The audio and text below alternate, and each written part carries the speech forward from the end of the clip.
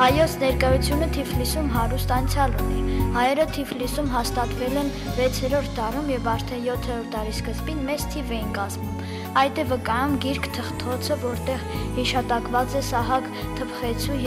եպիսկոպոս լինելը։ 631 թվականին նրան քաղաքում կառուցել են Սուրբ Գևորգ 754-ին հրեշտակապետած եկեղեցիները։ Թիֆլիս հայ լուսավորական շարժման խոշոր կենտրոն էր։ 1823 թվականին այստեղ հիմնվել է հայկական տպարանը։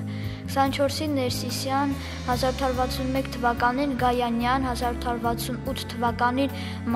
Մարիամյան, օրիորդաց 1877 թվականին Հովնանյան դպրոցը։ Մինչև 1950 թվականները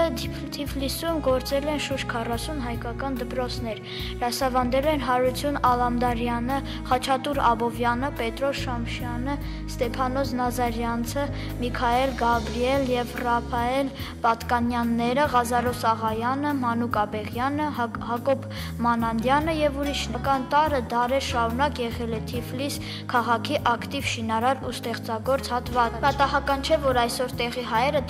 հպարտությամբ են շեշտում, որ իրենք Վրաստանում պետականաստեղծ ազգ են։ 2002 թվականին պաշտոնական մարդահամարի համաձայն Վրաստանում բնակվում է մոտ 250,000 հայ, ոչ պաշտոնական աղբյուրները նշում են 460,000 թիվը։ Հայերի թիվն ամբողջ Վրաստանում եւ մասնավորապես Թիֆլիսում անընդհատ նվազում է։ Եթե 1897 թվականին ըստ վրացական աղբյուրների Թիֆլիսում ապրող 30%-ին, ապա 2002 թվականին հայերը կազմում են Վրաստանի բնակչության 5.7%-ը։ Գործում են երկու հայկական, նաև խառը հայ-ռուսական, հայ-վրաց-ռուսական դպրոցներ՝ Պետրոս Ադամյանի անվան Թբիլիսի հայկական պետական դրամատիկական թատրոնը, Վրաստանի գրողների միության հայկական մասնաճյուղը, Վրաստանի հայերի միությունը, Վրաստանի հայ երիտասարդների միությունը, Վերնատուն գրական խմբակը,